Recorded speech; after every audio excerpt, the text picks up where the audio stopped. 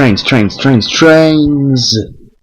If you haven't caught on yet, I'm talking about trains! Oh my god! Locomotives to be exact. These things, here, on the screen. Look at your typical steam train would take coal in the firebox, which would then heat up the water in the boiler. The water would then boil, creating steam.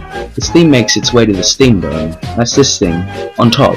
On top of the train. It's on the top of the train. Anyway, the steam is released by the engineer when it builds up enough pressure. This transfers it to the main piston. The piston is pushed back and forth by the pressure, which turns the wheels, creating the chugging noise. You know, this noise. Now that you know this, you know more about trains than most Hollywood directors, which means you can point out the errors of train use. First error: if you're building up steam to move a whole train, like the whole thing, it will take quite a while, at least 20 minutes. So if you think about it, a train would be a terrible getaway vehicle. It would be much better with a DeLorean, a horse. You'd be better off with a horse. The only reason movies use this as a valid escape is just so the protagonist can get away quickly unharmed. Second error: if you manage to get a horse that can run at 100 miles per hour, which by the way is impossible because the fastest horse ever ran was at 55 miles per hour, and hijack a train, you would expect that these people would know how to drive one, but you never see them in the back scooping up coal or regulating the boiler. If you don't regulate the boiler, it could explode.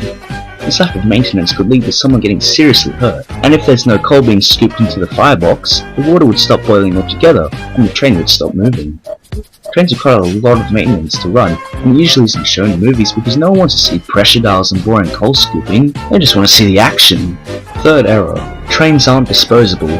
Little to no trains have actually fallen off a broken bridge, and even if one did, you would have to salvage the whole train. This would be extremely dangerous given the engine could explode at any minute, and not to mention the carriages that are full of supplies needing to be rescued, or even people, and not to mention the cost of replacing the train itself.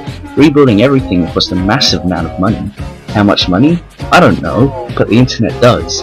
After consulting with the internet, I found the average train costs about $5 million adjusted to modern currency.